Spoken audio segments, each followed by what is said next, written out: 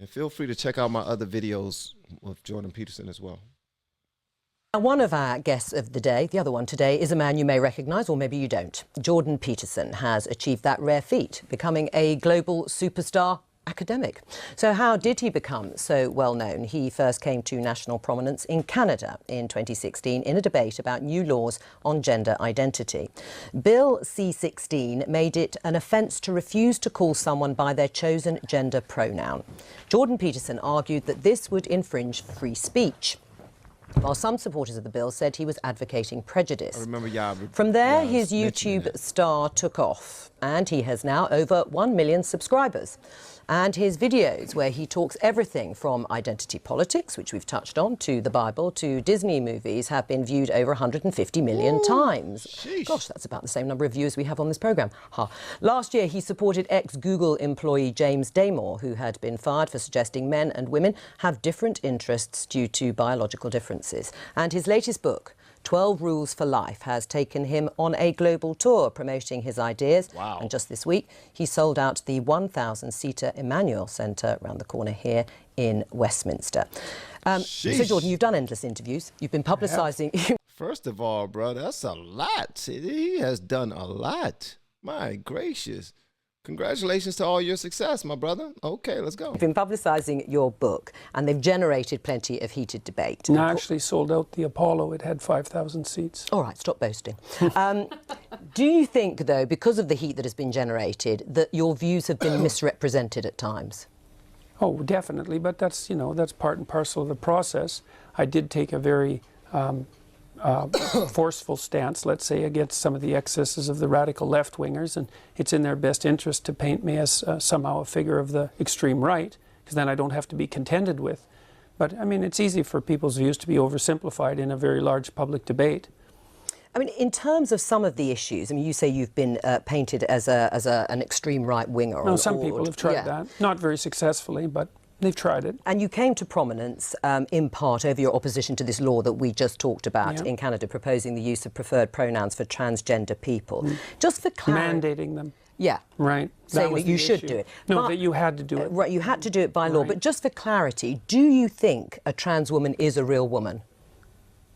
I don't really like the way... Now, just for clarity, a trans woman is a man who becomes a woman, right? That's a trans woman. Like, you go through the process of transitioning from a man to a woman, I believe. All right, so she's asking him if a trans woman is in fact a real woman, but she's asking him based off of what, his opinion. Okay. Trans woman is a real woman. I don't really like the way those questions are formulated. You know, I don't know what that means. What do you mean, a real woman? Well, I'm asking you... Answer the question, bro. You know what it means. You're the smartest person in the room. You know what it means. You're trying to get her to be clear, but you know exactly the way she asking you, bro. Answer the question. In your mind, you know, it depends what you think a real woman is, but do you think a trans woman is a woman? No. Why not? Because I think that women are capable, generally speaking, of having babies, and they have female genitalia, and they have an XX chromosome, and I think the biological markers are relevant. So he just needed you to say it again. He knew exactly what you were saying, and he already knew his answer. And based off of his studies and his books and everything that you've seen him in, you already knew his answer too. So here we go again. They're playing chess. Have an XX chromosome, and I think the biological markers are relevant. It doesn't necessarily mean that I don't think that people should be treated with respect and dignity if they happen not to fit easily into a gender category. That's a different issue. Right. But it's a matter of definition. And I actually think it's a foolish argument in some sense. Because what do you mean by real? Well, I mean, you've just clarified that, though. You don't think that a trans woman is a woman. And do you think that that is what is behind or explains your opposition to this idea of a law mandating you to use a preferred pronoun, is because you don't actually believe that that's the truth, that a trans woman is a woman, and therefore you can't use that pronoun? No, that's not my argument at all. Really? Yeah, really. My argument is that the government shouldn't compel voluntary speech. No, but I know what your argument is, and no, you've but made that's it very really clearly. it. No, but that's exactly it. There's no motivation There's behind no motivation behind it. But you don't believe I wouldn't have put is a woman. everything on my online in my life to take the stance I did unless I had thought that through very deeply. And I've thought it through very deeply. There aren't hidden motivations that have to do with some arbitrary prejudice against trans people. Okay. It's pure and simply this. There's never been a time in English common law history where the government compelled speech, and the Canadian government dared to do that. And that was unacceptable. And they masked it with this show of compassion for the oppressed, and I don't buy it. Right, but you would, as I think you said, at an individual level, if somebody asked you, somebody asked you to use a particular pronoun, you would do so. Well, I have. You have? Yes. Right, fine. I did hear that he did do that in some for some of his students in his classes who preferred to be called or addressed by a certain pronoun, and he actually did that. But he still puts it out there that he believes it's foolish to force anyone to have to do that. Like it should be up to that person whether or not they call that person the pronoun that they don't feel comfortable calling them. Just like the person don't feel comfortable being called a certain pronoun, the person that's calling them that have to feel comfortable calling them that in the first place. And it may not make sense, but it makes sense to me. Somebody asked you to use a particular pronoun, you would do so. Well, I have. You have? Yes. Right, fine. Yes. Let's talk about feminism. Are you a feminist? No, not as it's currently defined, certainly not. No, well, in any other definition? Well, I think that anybody who doesn't think that the competitive landscape should be opened up for equality of opportunity is not thinking. And so everyone's interests are better served if people have as equal access to opportunity to display their talents and to manifest their talents in the world as possible. So in that sense, certainly. But feminism now, and this is why it's so deeply unpopular, a very small minority of women in the UK identify as feminists. And the reason for that is it's primarily become an ideological weapon. And it's an ideology that I detest, actually, the ideology that it's associated with, collectivist ideology. Right, I mean, okay. See, every good cause end up being blown apart by people turning it into a weapon. And I'm thinking of one right now, but I'm not going to mention it because I just don't want you guys to get into it in the comment section. I'm talking about Black Lives Matter. That's what I'm talking about. Which started out as a good cause, but ended up being weaponized, and someone took advantage of it, and now it's not a good thing in my opinion. But that's how this is too. So he's saying that you understand what he's saying. Y'all are far more educated than I am. I'm just following along as best as I know how. Actually, the ideology that it's associated with, collectivist ideology. Right. I mean, okay, and that's your view about feminism. Aisha, are you a feminist? Oh, absolutely. I'm a very proud feminist, and when I was a special advisor in government, I worked on women and equality issues, and I was very proud, actually, of a piece of legislation I got on the statute book with my former boss, Harriet Harman, the Equality Act in 2010, which strengthened our anti-discrimination laws. And I fought very hard to get more women into public life, into the Labour Party. And I'm very, very proud of being a feminist, hence my pink dress. Oh, well, all right. Obviously reverting to type then in the pink dress. Absolutely, well. You would like men to regain or reclaim their strength physically, mentally and morally. Is that broadly correct?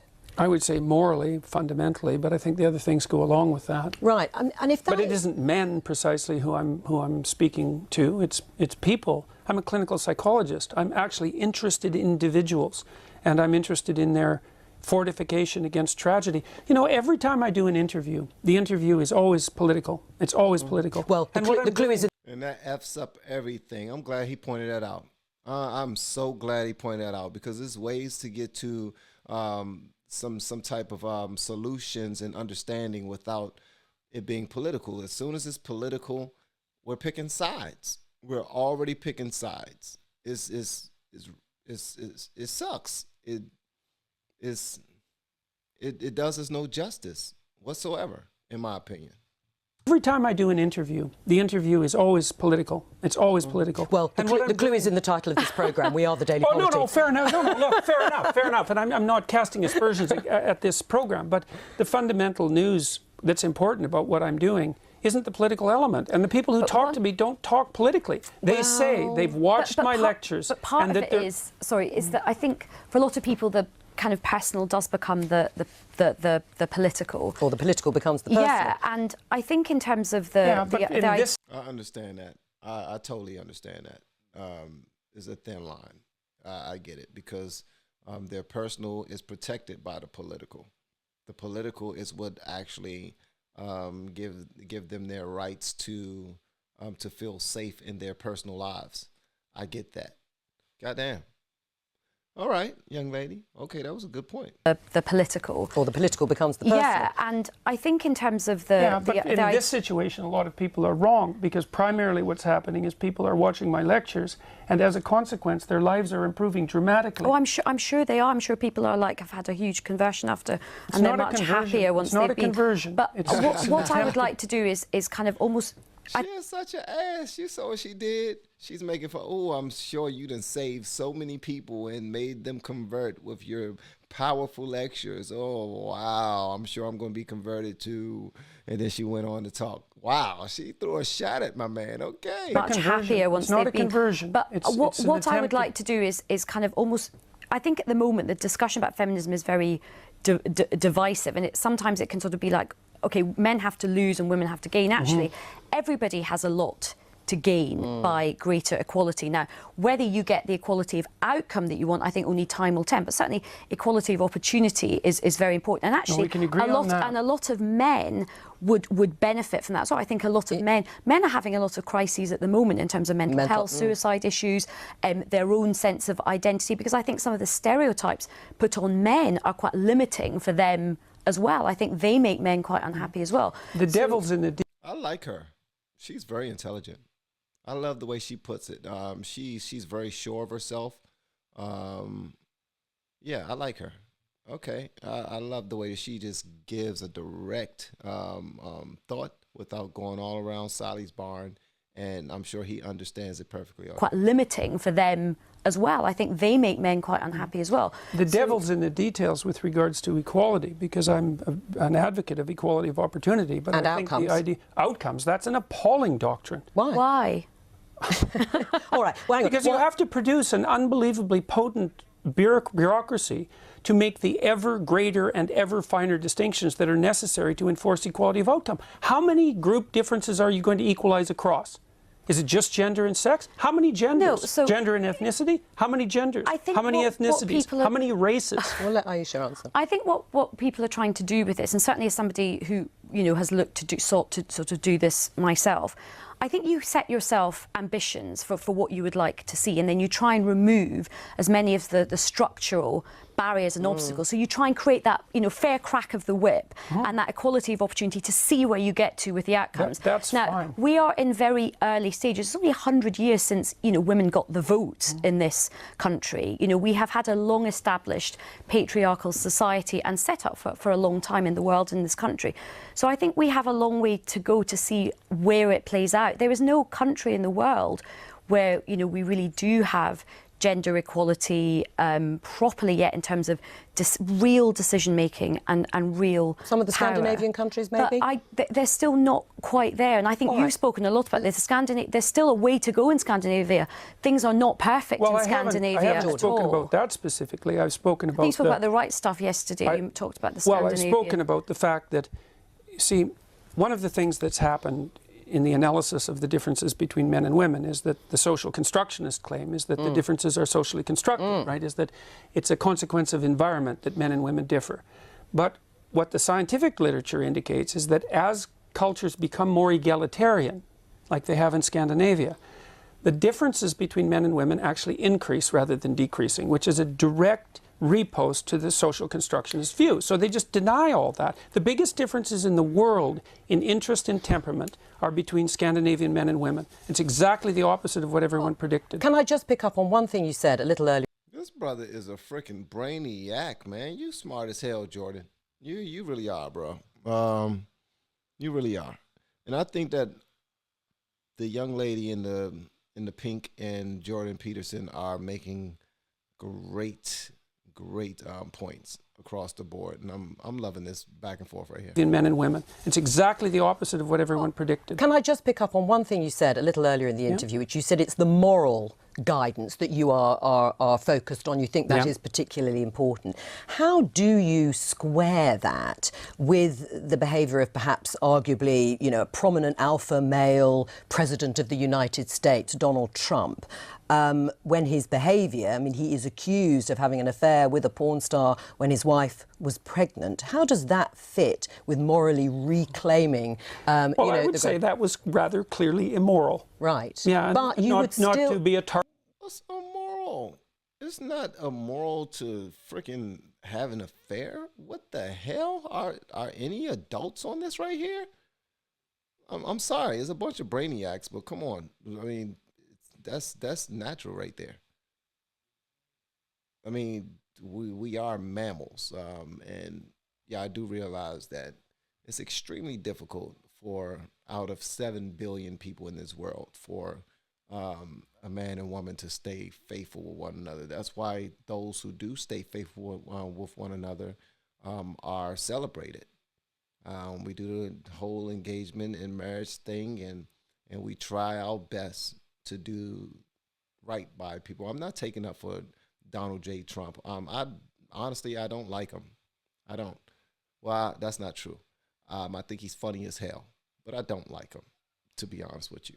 But to be fair, that right there shouldn't be called to the stage when you talk about morality. I mean, I really don't get that. See, they judge somebody who's conservative and with their ultra conservative views. So everybody has a take on something. You'll never be able to satisfy anybody with your way of living or your thought processes perfectly. So, but again, who am I? I'm the only person in this conversation that's not educated, like anywhere near them. Well, I would say that was rather clearly immoral. Right. Yeah, but you would still, not to be a target for emulation. But you still would have voted for him over Hillary Clinton as an identity politics. I mean, it's just how none do of that you was on the table, and I said I might have voted for him on a whim. That's all. But you also did say you started out feeling quite close to Hillary Clinton. I mean, but Hillary was a bull too. I mean, you want to talk about morality? There's some things that she did too that just was not the best things at all, and specifically against the African American community. So. And again, my wife is the political one in the house. I try to steer away from it. So whenever I start to speak, please excuse me for sounding ignorant if I'm talking about politics or, those type of things.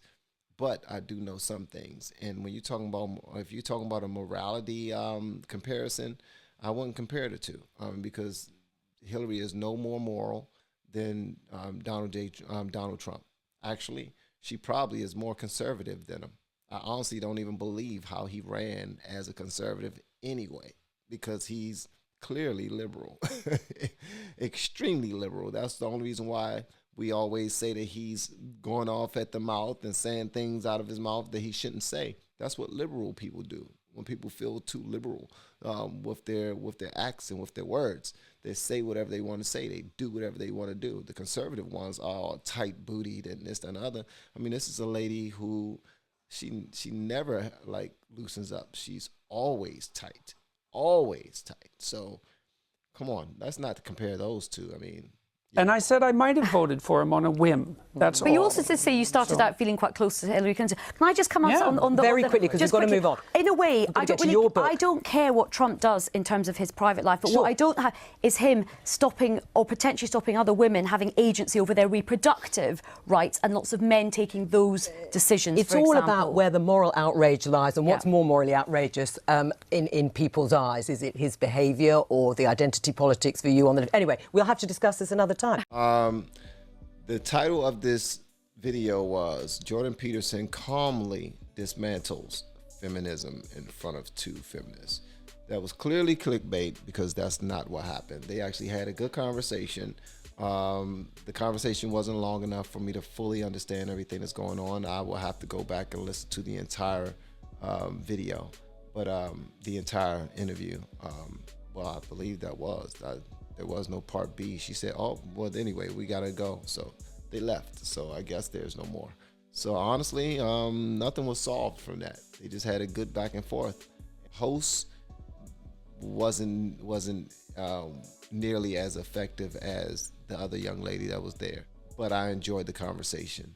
Now I gotta go looking for more because they were nowhere near finished. I really want to understand more about Jordan Peterson's stance on feminism, and a lot of times too, he's unable to really give his full point because he's usually being attacked on more than one end. I don't think that's fair at all, but life isn't fair, so it is what it is. Jordan knew what he was walking into, right?